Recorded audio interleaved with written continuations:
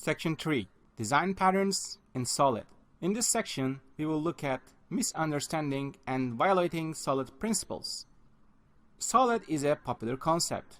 Actually, it's an acronym for Single Responsibility Principle, Open-Closed Principle, List of Substitution Principle, Interface Segregation, and Dependency Inversion.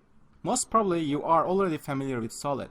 However, the familiarity of SOLID is only up to memorizing this concept but not actually understanding why they are useful. So what is the point of SOLID?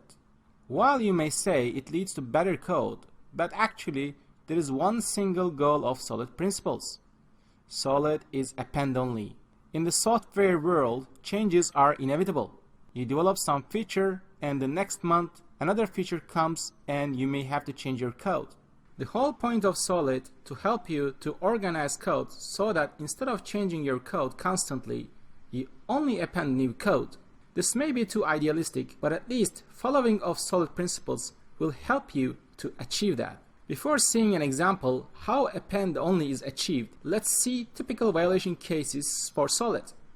For starters, we have an order class, and this order class has a method called sendConfirmationMessage. Let's assume that we need to send a confirmation message after the order has been confirmed. And although I have not implemented it, let's assume the method body is sending an email.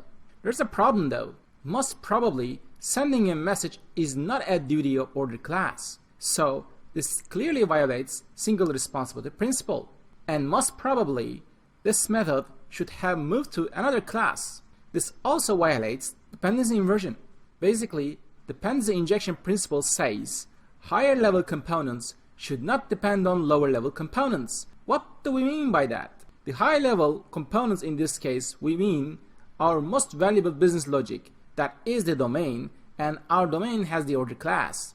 And what lower level is probably the implementation of sending confirmation message via email or SMS, and they are implementation details. What business wants is just send to a message. How it is sent is another story. This kind of infrastructure concepts are lower level concepts. Order class should not depend on this kind of lower level details, and that's another reason to move this method to a separate class. Let's say we have moved it to a separate class called message sender. In this case, we have a public string property, and actually this violates open-close principle because we allow the class to be externally modified, and finally we have a non-virtual send confirmation message. Probably this should be virtual or abstract. That is because, let's say at this point of time we have implemented so that it sends an email. But what if later the business rule changes and we should instead send an SMS? Then I have to come here and change this method's implementation. But as I stated, the whole point of SOLID is to make sure we append only. A better message sender would be you embrace the changes by appending the code rather than changing it. First, hiding the target address from the outside world by making it protected so that inherited types can access, and mark send confirmation message as virtual, or it could have been abstract too. In future, if someone needs a better implementation, they can simply override this virtual method. Here we have defined a constraint: the message length should not be greater than 500, otherwise our code will throw.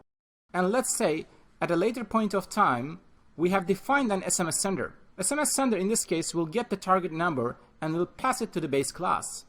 And finally, it overrides this send confirmation message. However, in this case, for SMS, let's say the length criteria should be 200, but this violates list of substitution. The reason being is probably the consumer of this class expecting a better message sender, not SMS sender.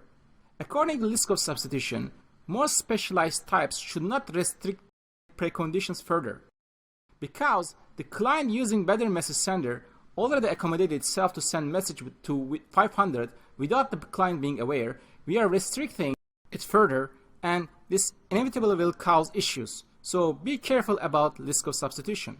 Again, this is a guidance. Whenever we are appending code, we should do it such that the preconditions should be more restricted. In other case, we have an interface called iMessageSender, and it has two methods: send confirmation message and get read receipt. But are we sure if read receipt will be supported by all implementers? Perhaps it is supported for email and SMS, but it may not be supported for other message sender mechanisms. A better approach probably is to segregate the interface, and I will just use another interface, iBetterMessageSender, and its duty will be just send a confirmation message. And I can define another interface called iBetterMessageSender with receipt, which implements iBetterMessageSender, and it supports get-read-receipt operation. This way, I won't enforce the implementer to have get-read-receipt method. Depending on my message sender, I can implement either of these interfaces. This actually was a quick tour of violation of SOLID principles.